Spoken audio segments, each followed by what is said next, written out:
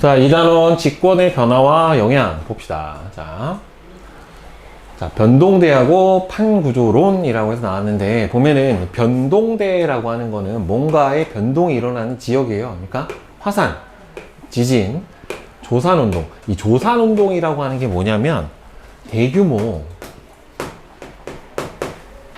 습곡산맥이 만들어지는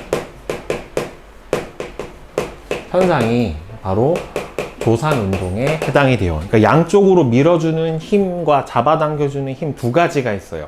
지각 변동을 일으키는 힘은 여러분들 중딩 때 뭐 배웠어? 단층 배웠죠, 단층. 그죠? 지층이 끊어지는 거. 역단층은 양쪽으로 밀어주는 무슨 힘에 의해서? 횡압력에 의해서 만들어졌고, 정단층은 양쪽으로 잡아당기는 장력이라고 하는 힘에 의해서 만들어졌단 말이에요. 그러니까 이 조산운동 같은 경우에는 기본적으로는 횡압력에 의해서 만들어지게 되는 대규모 습곡산맥이 만들어지는 현상이에요. 그리고 여러분들 대규모 습곡산맥이라고 하는 게 뭐가 있냐면은 저 남미에 있는 큰 산맥인 안데스 산맥이나 아니면은 알프스, 히말라야 산맥 같은 경우가 대규모 습곡산맥에 해당이 돼요. 이런 게 만들어지는 게 바로 뭐다? 조산운동에 해당이 돼요. 그래서 이런 지각 변동이 활발하게 일어나는 특정 지역을 바로 뭐라고 불러주냐면은 변동대다라고 불러줘요. 자, 그러면 이 지각 변동은 지각의 변형이 일어나는 자연 현상이에요. 그러니까 지각 변동이 일어나려면 결국에는 뭐에 의해서 일어나야 되겠어요? 지구 내부 에너지에 의해서 일어나야 된다는 말이에요. 화산, 지진, 조산운동 등이 있는데 여기 나와 있는 것처럼 지구 내부 에너지가 외부로 방출되는 거예요. 우리 앞단에서 했던 것처럼 여러 가지 에너지 중에 지각 변동이 활발한 변동대는요. 자, 대체로 좁은 띠 모양으로 나타나요. 그러니까 띠 모양으로 나타난다는 소리는 결국에는 뭐에 해당이 되냐면 이게 경계라는 소리예요. 서로 어디가 만나는 경계 부위다 라고 보면 되고, 자, 화산은 마그마, 지하 깊은 곳에서 암석이나 멘틀 물질 일부가 녹아있는 상태를 마그마라고 얘기를 해요. 그러니까 마그마는 액체 상태 성분이랑 기체 상태 성분이 다 섞여 있는 상태고, 얘가 지각에 약한 틈을 뚫고 압력이 크다 보니까 뻥 지표로 솟아오르는 거예요. 그래서 분출하는 현상이 바로 화산 활동에 해당이 되고요. 화산 분출물에는 일단은 화산 가스는 기체 성분이에요. 그리고 폭발하면서 나오는 화산 쇠설물이라고 하는 게 있어요. 화산 쇠설물은 크기에 따라서 뭐 가장 작은 화산진이라고 하는 미세먼지 같은 뭐 화산진, 이거보다는 좀 더 큰 화산재, 그 다음에는 화산력, 이거보다 좀 더 큰 화산암괴, 뭐 요런 식으로 이게 폭발하듯 분출하는 게 있고 그냥 조용히 분출하는 게 있고 여러 가지 형태가 있기 때문에 크기에 따라서 화산 쇠설물을 나눠줄 수가 있고요. 그 다음에 저 기체 성분이나 화산 쇠설물이 다 빠져나간 나머지 액체 성분이 용암에 해당이 돼요. 용암. 이게 지표로 나와서 흘러야 용암이에요. 속에 있으면 용암은 아니고. 그 다음에 지진은 지하에 축적된 에너지가 방출되면서 진동, 그러니까 파동의 형태로 소리처럼 에너지가 전달이 되는 게 바로 지진에 해당이 됩니다. 그러면 지진은요, 이게 진원이라고 하는 거는 뭐냐면, 여러분들 지진이 발생한 지표 바로 위의 지점을 뭐라고 하냐면은 진앙이라고 하고요. 실제 지진이 발생한 지점을 뭐라고 하냐면은 진원이라고 얘기를 해주는데, 진원의 깊이에 따라서 100km 이내 정도 되는 천발 지진, 그 다음에 한 300km 이내 정도 되는 중발 지진, 300km보다 더 깊은 신발 지진, 이런 식으로 진원의 깊이에 따라서 지진을 구분을 해주는데, 자, 이 중에 누가 제일 지진의 피해가 클까요? 진원의 깊이가 얕은 게 클까? 진원의 깊이가 깊은 게 클까? 지진의 피해는 지진의 발생 진원지로부터 파동이 전달돼서 올라오는 거잖아. 그치? 그러면 이게 진원지가 깊은 게 더 지표에서 받는 피해가 클까요? 얕은 게 클까요? 얕은 게 크겠죠, 당연히. 그래서 이 중에서는 천발 지진이 피해가 가장 커요. 네. 그러니까 진원의 깊이가 얕을수록 얕을수록 피해가 커요.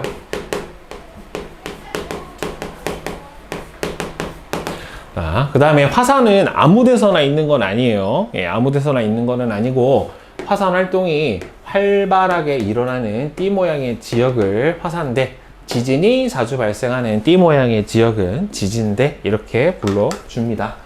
자, 그러면 이 화산대하고 지진대의 분포 형태를 보면은 이게 두 개가 대체로 좁고 긴 띠 모양으로 분포를 해요. 둘 다. 그러니까 좁고 긴 띠 모양이라는 소리는 둘 다 어디 경계 부위에 해당이 된다라는 소리고요. 화산대와 지진대는 모두 대륙의 중앙부보다는 대륙의 주변부에 주로 분포를 하게 돼요. 중앙부는 상대적으로 안정해요. 그래서 안정한 이렇게 언덕, 구릉 지역이라고 해서 대륙의 중앙부를 뭐라 불러주냐면 순상지라고 해요. 순상지. 방패 순자예요. 방패를 뒤집어 놓은 것처럼 완만한 구릉 형태의 지역을 순상지라고 하고, 여기는 지진 활동이나 화산 활동이 거의 일어나질 않아요. 그 다음에 지진이 일어나는 곳에는 반드시 화산 활동이 일어나는 것은 아닌데, 거꾸로 화산이 일어나는 곳은 거의 지진이 같이 일어나게 됩니다. 지진이 일어난다고 화산이 일어나는 건 아니거든요. 근데 화산이 일어나는 곳은 거의 지진이 함께 동반돼서 일어난다라고 보시면 될 것 같아요. 하지만 두 지역이 대체로 여기 나와 있는 것처럼 어떻게 돼요? 이렇게 일치를 하는 형태를 볼 수가 있는데, 여기서 제일 특징적으로 진한 곳이 어디냐면 바로 여기죠. 요 지역이 되게 진하게 이렇게 표현이 되어 있는데, 여기 있는 가운데 바다가 어디예요? 여기 있는 가운데 바다? 태평양이에요. 여기가 태평양이고, 태평양을 고리 모양으로 둘러싸고 있는 요 지진대, 화산대를 환태평양이라고 해요. 환태평양, 지진대, 화산대. 이거 고리 환자예요. 고리 모양으로 태평양을 둘러싸서 지진하고 화산 활동이 전 세계에서 가장 많이 일어나는 곳이 바로 이 환태평양, 화산대, 지진대인데, 그래서 여기를 뭐라고 하냐면은 불의 고리라고 해서 화환이라고 해요. 이거 꽃다발이 아니라 화환이 불의 고리라 뜻이에요. 그 다음에 또 중요 부위가 어디냐면 여기에요. 여기가 어디냐면은 아메리카고 여기가 유럽이거든요. 아메리카고 유럽 사이에 있는 바다 뭐예요? 대서양이에요. 대서양. 대서양을 가로지르는 대서양 중앙 해령이라고 하는 부분인데, 이 부분, 여기가 전 세계에서 아마 보면은 화산 하나로 보면은 아마 가장 제일 큰 걸 거예요.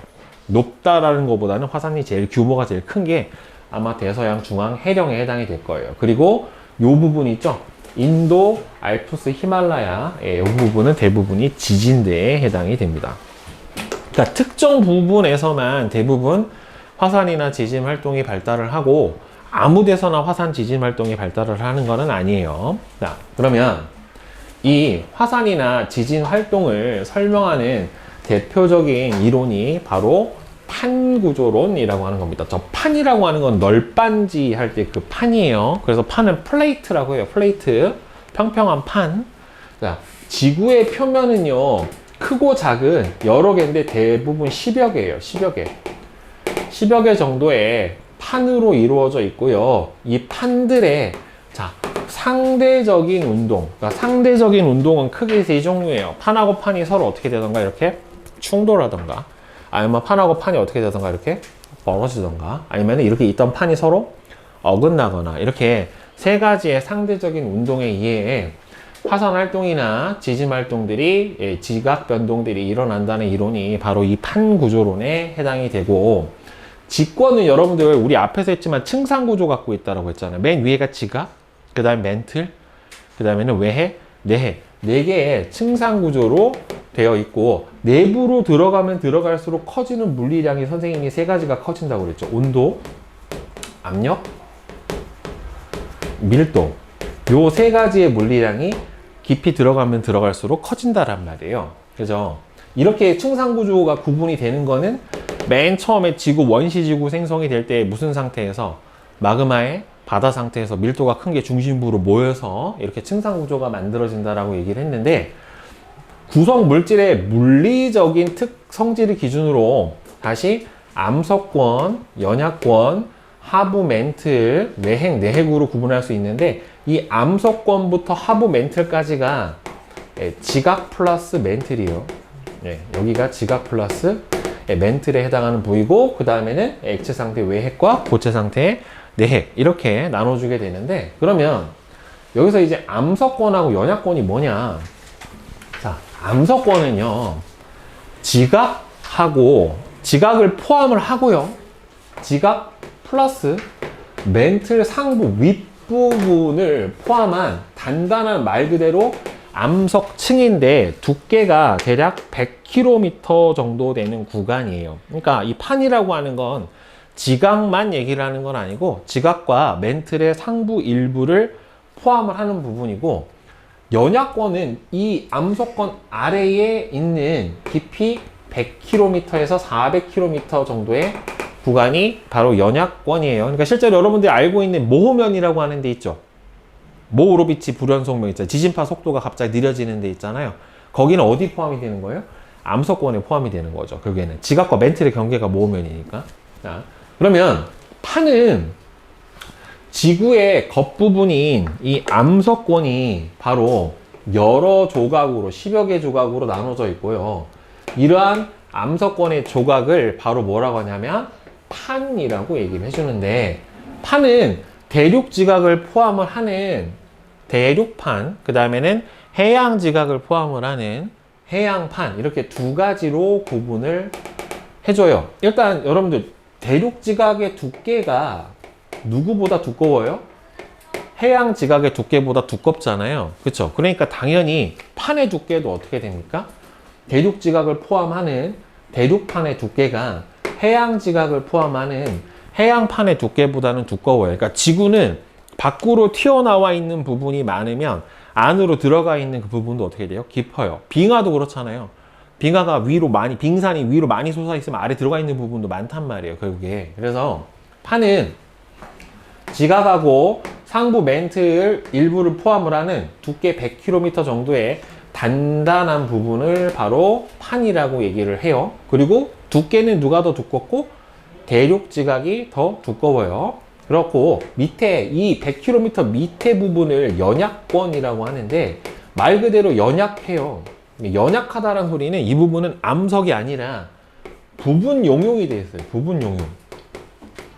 그러니까 이게 여러분들 왜 달고나려고 설탕 녹이다 보면 설탕이 어느 순간 한꺼번에 빵 해가지고 다 녹는 게 아니잖아요. 일부는 녹아있고 일부는 아직 설탕 덩어리 상태로 남아있잖아요. 그렇죠? 이렇게 섞여 있는 거예요.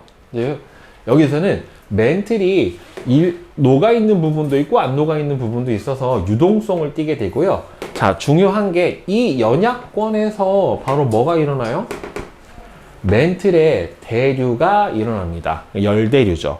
뜨거워진 부분이 어떻게 돼요? 밀도가 작아지니까 위로 상승하고, 차가워진 부분은 상대적으로 아래로 하강을 하는 멘틀의 대류. 이거 중학교 때 멘틀 대류라고 하는 거는 배웠고, 이 멘틀 대류 때문에 지각 변동이 일어난다라고 우리가 배웠다는 말이에요. 자, 그런데 판은 대륙 지각을 포함하는 대륙판, 해양 지각을 포함하는 해양판, 이렇게 두 개로 구분을 해주는데, 자, 두께는 아까도 위에서 얘기했지만 누가 더 두꺼워요? 대륙판이 평균적으로 100kg고 해양판이 70kg 정도니까 누가? 대륙판이 두꺼운데, 자, 평균 밀도는 해양판이 대륙판보다 어떻게 돼요? 더 커요. 이거는 왜 그러냐면 구성 물질의 차이 때문에 그래요. 어떤 성분이 포함이 되느냐에 따라 달라지는데, 해양판은 주로 현무암질로 되어 있어요.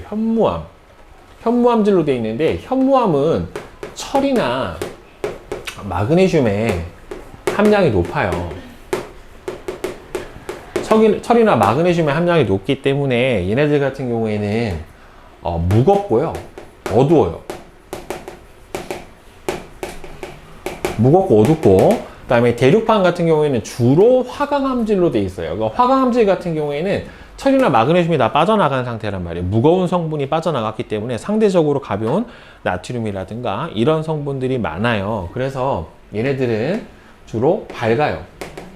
밝고 가볍습니다. 네, 그래서 밀도가 현무암질이 화강암질보다 크기 때문에 두께는 대륙판이 두껍지만 평균 밀도는 해양판이 커요. 그래서 저 밀도가 나중에 판하고 판의 상대 운동에서 대단히 중요한 역할을 해줍니다. 자, 그러면 전 세계 판의 분포를 보면 지각 변동은 주로 판의 경계에서 일어나게 됩니다. 판과 판이 서로 상호작용하는 경계에서 일어나기 때문에 변동대하고 판의 경계는 거의 일치를 해주게 돼요. 그리고 이 판 멘틀 대류는 대단히 느리게 일어나고요. 멘틀 대류에 의해서 멘틀 그 연약권 위에 있는 판이 멘틀 대류에 의해서 아주 느리게 움직이고 있는데, 느린 판은 1년에 한 1cm, 빠른 판은 빨라야 10cm예요. 그러니까 되게 느려요. 어마어마하게 느린 속도로 이동을 하고, 그리고 판마다 이동 속력하고요, 이동 방향이 다 어떻게 돼요? 달라요. 이동 속도와 이동 방향이 다 다르기 때문에 판의 경계에서 두 판의 상대적인 운동 방향이 어떻다? 다릅니다. 그러니까 이 멘틀 대류에 의해서 판이 움직이는 방향이 다르기 때문에 상호작용하게 되는 방향도 달라지게 돼요. 그래서 여기서 보면은, 자, 유라시아판, 아라비아판, 아프리카판 같은 경우에는 다 대륙판, 북아메리카판, 남아메리카판도 뭐예요? 대륙판, 유라시아판, 오스트레일리아판도 뭐예요? 대륙판에 해당이 되고, 나머지는 다 뭐에 해당이 되는 겁니까? 해양판. 대표적으로 뭐 태평양판 이런 것도 해양판에 해당이 돼요. 대륙판이라고 해서 다 대륙만 포함하는 거 아니에요.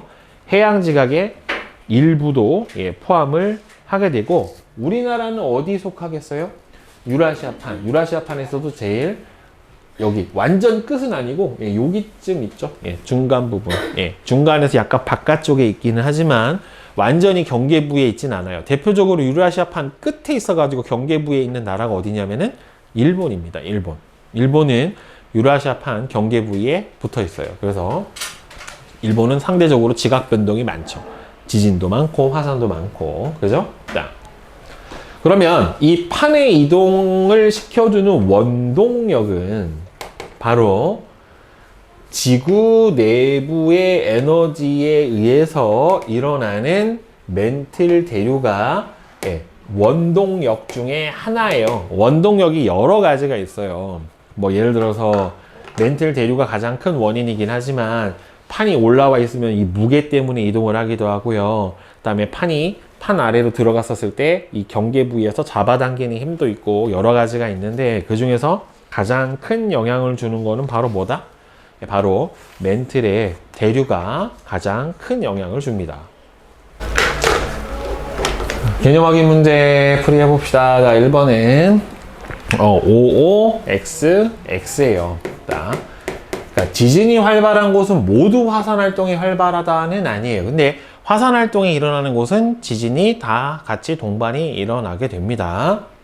지구상에서 화산 활동과 지진이 가장 활발한 곳은 대서양이 아니라 어디였어요? 태평양이에요. 태평양. 자, 그래서 불의 고리라고 불러주죠. 그 다음 2번은 판 구조론을 나타낸 겁니다. 자, 기억에서 리을에 들어갈 알맞은 말은, 자, 기억은 뭐에 해당이 됩니까? 대륙지각에 대륙지각이죠. 기억이 여기니까. 기억은 대륙지각. 자, 그 다음에 니은은 어디에 해당이 됩니까? 해양지각.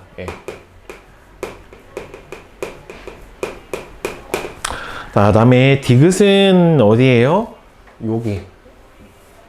여기가 암석권. 그 다음에 요 밑에가 어디입니까? 연약권. 이렇게 되겠죠. 자, 그 다음에 3번은 OXXO입니다. 자, 여기가 틀렸죠.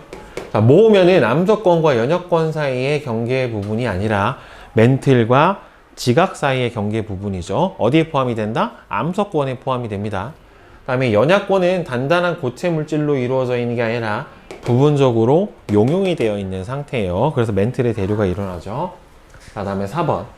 판의 구조와 분포에 대한 설명 중 괄호 안에 알맞은 말은 판은 두께가 100km인 암석권의 일부 조각이에요. 그 다음에 지각 변동은 판의 경계. 연약권에서 일어나는 멘틀 대류는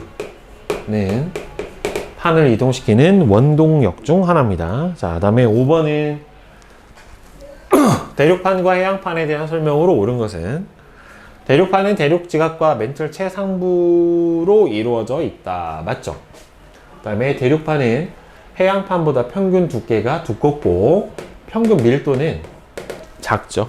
그죠? 네. 다음 6번은 판의 이동에 대한 설명으로 옳은 것. 자, OX입니다. 판의 이동 속도는 1m가 아니라 1cm예요. 1cm. 1cm에서 10cm per 년이에요. 그러니까 대단히 느린 속도로 이동을 하고 있습니다. 그 다음에 판의 경계의 지각 변동 봅시다. 자, 이제 판의 경계에서 지각 변동이 일어난다라는 사실을 알았는데, 그러면 어떤 판의 경계가 있고 그 판의 경계에서 어떤 지각 변동이 일어나고 있는지 한번 같이 봅시다. 자, 보면 판의 경계는요, 판의 경계를 기준으로 이 양쪽이 어차피 경계라고 하는 건 만나는 거잖아요. 이 만나는 두 판의 상대적인 운동을 비교를 해서 크게 세 가지로 구분해 줄 수가 있어요. 자, 서로 멀어지는 발산하는 경계. 그러니까 발산은 두 판이 이렇게 양쪽으로 어떻게 되는 거예요? 벌어져 버리는 거고, 서로 어긋나는 거는 이렇게 어긋나는 거예요. 이렇게 어긋나는 보존형 경계. 그 다음에는 서로 이런 식으로 가까워지는 수렴하는, 만나는 수렴형 경계 해서 이렇게 세 가지로 구분을 해줄 수가 있는데요.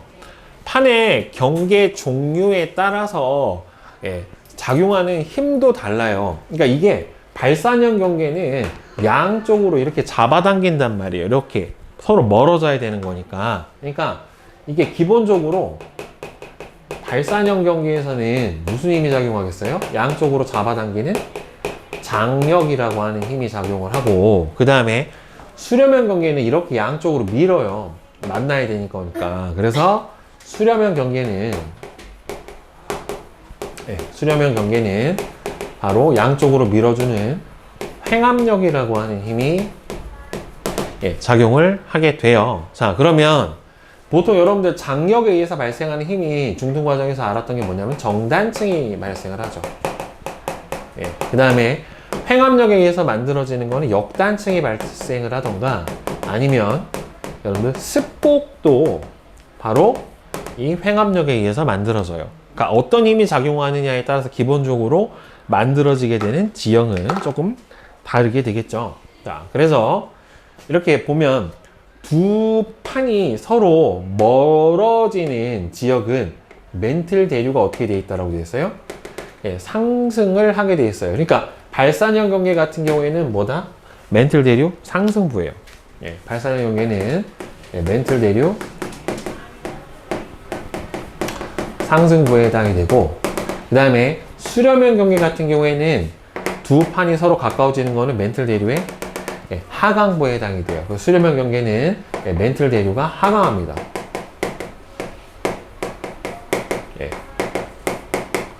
수렴형 경계는 멘틀 대류가 하강을 해주게 돼요.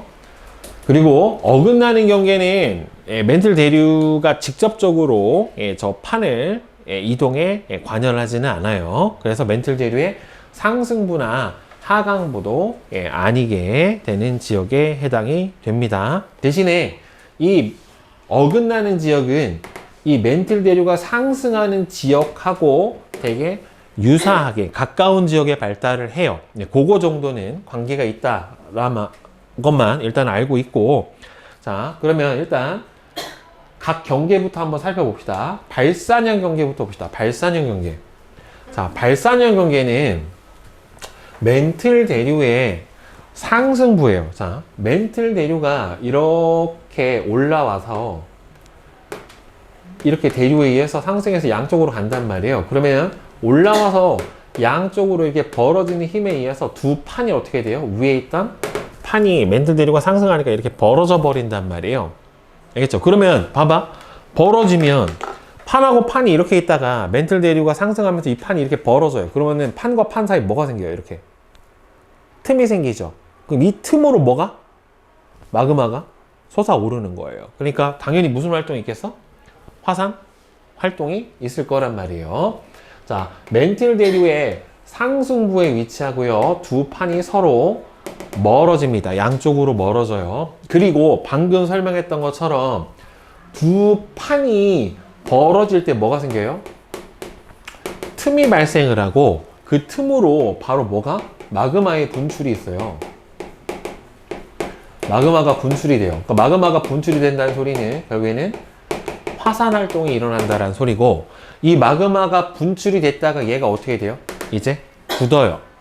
예, 마그마가 굳으면은 결국에는 얘가 냉각이 일어나게 되고, 냉각이 되면서 얘가 뭐가 되는 겁니까? 새로운 해양 지각이 되는 거예요, 결국에는.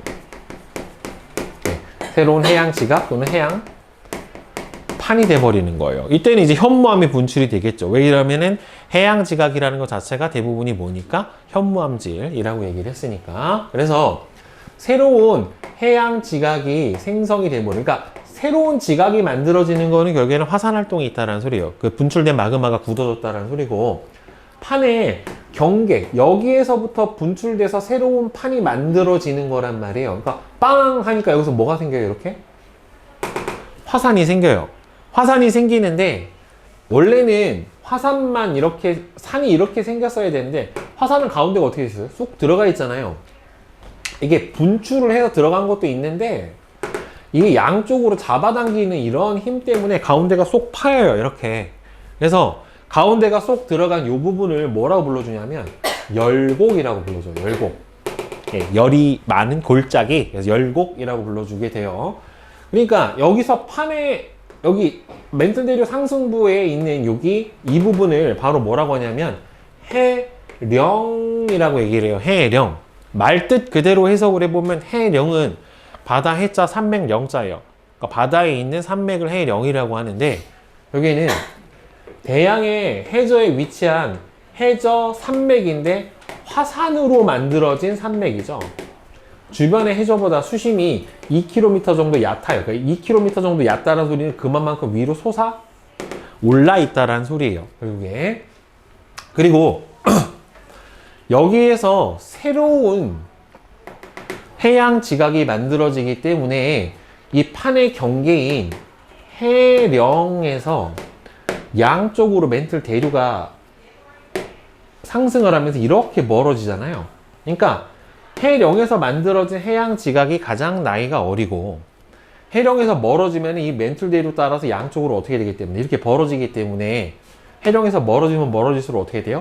해저 지각의 나이가 점점 많아져요. 그래서 요 그래프가 바로 해령을 기준으로 했었을 때 여기서 새로운 해양 지각이 만들어지니까 해양 지각의 나이가 가장 어리고, 그 다음에 얘는 양쪽으로 이렇게 대칭 형태로 벌어진다란 말이에요. 이게 대칭 형태로 벌어지니까 양쪽으로 대칭으로 멀어지면 멀어질수록 해양 지각의 나이가 어떻게 돼요? 많아져요. 그러니까 여기 멀어진 거는 예전에 만들어진 해양 지각이고, 해령에 가까울수록 얼마 전에 만들어진 새로운 해양 지각이다. 예, 이렇게 보는 게 맞겠죠. 그렇죠? 그리고 가운데 요 쏙 들어간 부분을 선생님이 열곡이라고 얘기를 했는데, 해령의 중심부에 V자 모양으로 쏙 들어간 계곡을 열곡이라고 하고요. 여기서 새로운 판이 생성이 되는 곳이다. 그러니까 화산이 분출되는 곳이, 마그마가 분출되는 곳. 그 다음에 열곡대는요, 열곡이 길게 이루어져 있는, 얘는 화산이 하나만 있는 게 아니라 경계를 따라 쭉 길게 있다고 말이에요. 그래서 열곡이 길게 이어진 데를 열곡대라고 하고요. 이 열곡대는 보통 지표에 대륙판이 갈라질 때도 만들어져요. 그래서 바다에서 만들어지는 열곡대는 뭐라고 불러준다? 해령. 이라고 불러주고, 보통은 열곡대라고 하면은 대륙 지각에 있는 대륙판에 발산형 경계를 통상적으로는 뭐라고 불러줘요? 열곡대라고 불러줘요.